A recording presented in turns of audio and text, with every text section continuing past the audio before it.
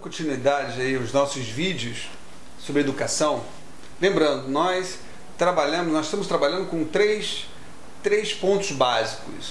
O primeiro ponto básico, que foi a parte da sabedoria, do conhecimento, né, o que nós estamos oferecendo aos nossos filhos em relação ao conhecimento. O segundo ponto, em relação o relacionamento dele com as pessoas, na sociedade, isso fala do caráter. E o terceiro ponto, a parte física. Então hoje nós vamos trabalhar um pouquinho sobre a parte física. Nessa parte física, nós podemos falar na questão do acompanhamento médico, a importância do acompanhamento médico, né?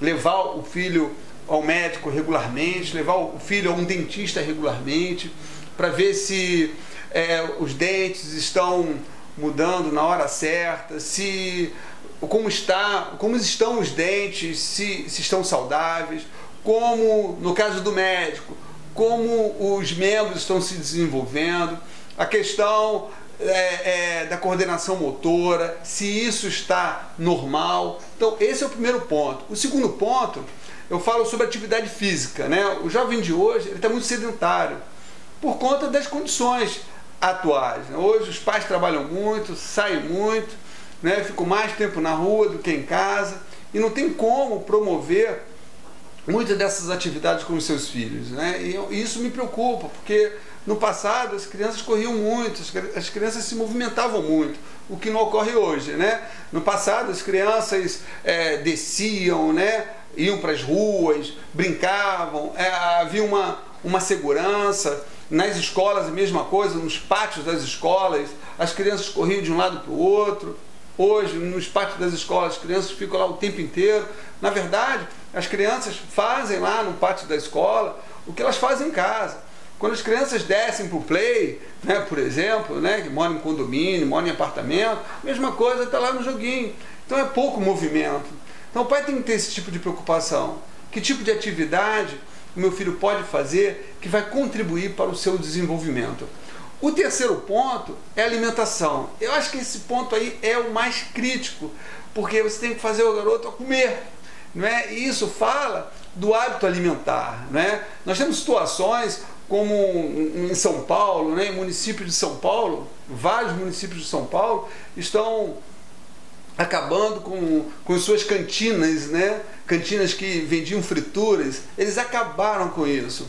Estão promovendo toda uma alimentação saudável para os jovens. Então as crianças têm que comer os alimentos que estão sendo oferecidos para a escola.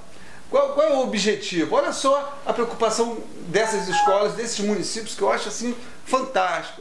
É que as crianças desenvolvam um paladar e um hábito alimentar, e que leve para as casas, para as suas casas, esse novo hábito alimentar. Eu vejo isso como uma inversão de valores, né? Na verdade, as crianças teriam que ter isso desenvolvido em casa, isso é responsabilidade da casa. Então a gente percebe como os pais estão perdidos, né? Então a responsabilidade, volta a dizer, dos pais, né? Oferecer ao filho o alimento certo, na hora certa. Na hora da refeição, todo mundo tem que sentar na mesa e almoçar junto, ou jantar junto, fazer uma refeição. E a refeição que foi escolhida pela família naquele dia, naquela hora.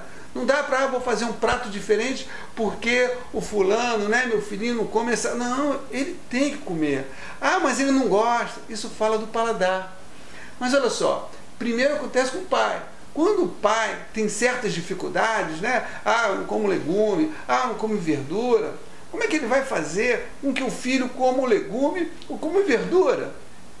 Então, na educação, nós temos que pensar o seguinte: sempre o pai. Se o pai é o exemplo. Se o pai não der esse exemplo, caramba, não adianta ele falar. A melhor educação é aquela por atitude, por ações. E os nossos filhos, né, eles vão absorver isso. Então, se eu como legume, se eu me alimento do que está sendo oferecido naquele momento, eu tenho condições de falar, meu filho, isso é bom para você, é importante que você coma isso, não é? E não cria um cardápio para um cardápio para outro. Caramba! Então, se eu tenho a certeza que aquilo é importante para o menino, eu tenho que oferecer esse cardápio variado. Ele tem que comer legume, ele tem que comer verdura, ele tem que comer carne vermelha, ele tem que comer carne branca, enfim, né? Porém, volto a dizer, é racional, né? Eu tenho que oferecer o que é de melhor para o meu filho. O que entra a boca dele tem que ser o melhor. E eu tenho que pensar, e eu tenho que acompanhar nessa alimentação, para que ele tenha um desenvolvimento físico saudável.